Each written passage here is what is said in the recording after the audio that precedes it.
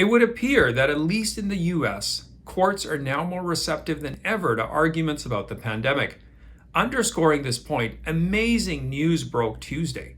New York's Richmond County Superior Court ordered workers who'd been fired for being unvaccinated to be reinstated with back pay, explaining being vaccinated does not prevent an individual from contracting or transmitting COVID-19, and adding that the mandates were really more about compliance than public health. Not my thoughts or sentiments, YouTube. These are the courts. First off, the court found that the city's injection mandate was irrational because employees were allowed to keep working right up until they were terminated. Quoting the court, all but one of the petitioners applied for exemptions from the mandate. They received vague and generalized denials. During that time their exemptions were being processed, they remained unvaccinated. There was no reason they could not continue to submit to testing and continue to fulfill their duties as public employees. There was no reason the City of New York could not continue with a vaccinate or test policy. The vaccination mandate for public and private employees is arbitrary and capricious. Ouch! Next, the courts observed what a lot of critics of the way government has handled things have been saying from the beginning. The simple fact that the emergencies are by definition temporary and short-lived and not to be stretched out into eternity and beyond. Quoting the court, states of emergency are meant to be temporary. The question presented is whether the health commissioner has the authority to enact a permanent condition of employment during a state of emergency. This court finds the health commissioner does not have that authority, and that the petitioners herein should not have been terminated for their failure to comply with the commissioner's order during a temporary state of emergency. Next off, the court weighed in on the feasibility and sensibility of mandates, noting that the mandates don't make any sense because the injections don't protect other workers since they don't prevent transmission of the virus.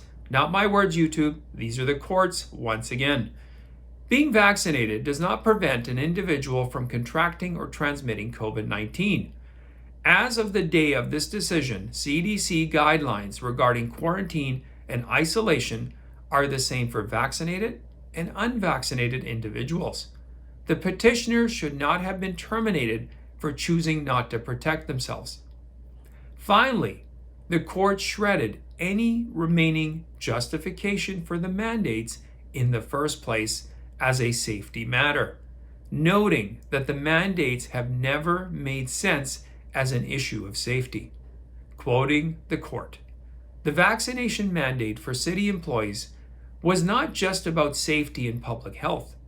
It was about compliance. If it was about safety and public health, unvaccinated workers would have been placed on leave the moment the issue was ordered. If it was about safety and public health, the health commissioner would have issued citywide mandates for vaccination for all residents. We shouldn't be penalizing people who showed up to work at great risk to themselves and their families while we were being locked down. If it was about safety and public health, no one would be exempt. It's time for the City of New York to do what is right, what is just. The terminated petitioners are thereby reinstated to their full employment status effective November 25th, 2022 at 6 a.m. Now, every time another decision like this comes down, it creates precedents, and the body of available case law grows. With each decision handed down, lawyers now have more ammunition to use against the mandates. These decisions, while being important in addressing the injustice of what has occurred, are equally important in combating mandated contemplated in the future. To fully address the root of the problem, however, what we ultimately need is for the elimination of vaccine liability protection and putting vaccines on an equal footing with other drugs. If any drug, vaccine or not, injures someone, the manufacturer should compensate that person for their injury, not their fellow taxpayers through the government.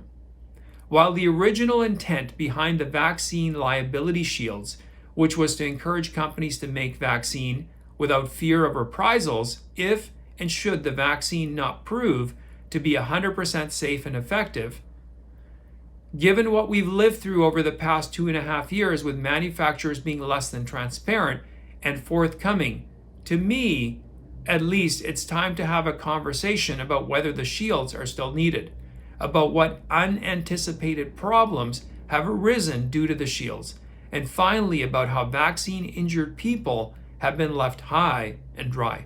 Anyway, thanks for watching. I do appreciate it. Please post any comments you have in the comment section. You can also follow me on my Rumble and my Locals account, and I will see you next time. And if you're a new subscriber, please check out the other videos. And if you haven't subscribed, please subscribe.